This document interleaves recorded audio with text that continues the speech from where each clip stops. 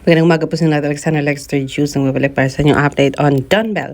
Mga Donbelle solids, mga kaibigan, mga bubblies and Belle lovers, mga solid ni Belle, ay nag-aantay ng pa-update mula kay Donny and Belle Mariano. Yes, kahapon po ay isinagawa ng Mariano family ang kanilang Halloween party kung saan sumasayaw pa ang kapatid ni Belle Mariano. Samantalang nag-post naman ng mga pictures si Belle about herself has a dog. Okay. So, ang look po niya ay isang aso, mga kaibigan. Tiger? I don't know.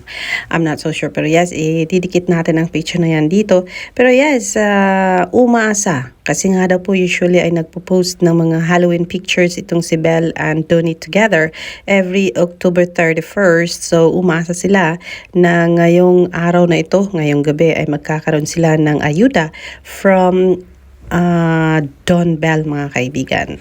That remains to be seen kung mangyayari nga ba na magkakaroon ng Halloween look together si Belle at saka si Donny ngayong gabi, mga kaibigan.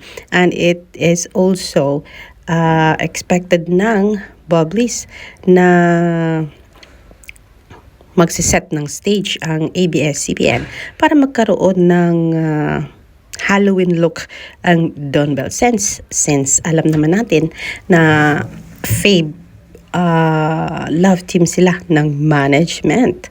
So, aalamin natin kung matatapos ba ang araw na ito na merong Donbelle Halloween look para sa Bubblies or kung wala. But then yes, Donny nakabalik na sa Manila and Belle nakabalik na sa Manila. Yan po ang ating hantayin bago matapos ang araw. Alexander Lexter Jules, narito pa po ang ibang update on Belle and Donny.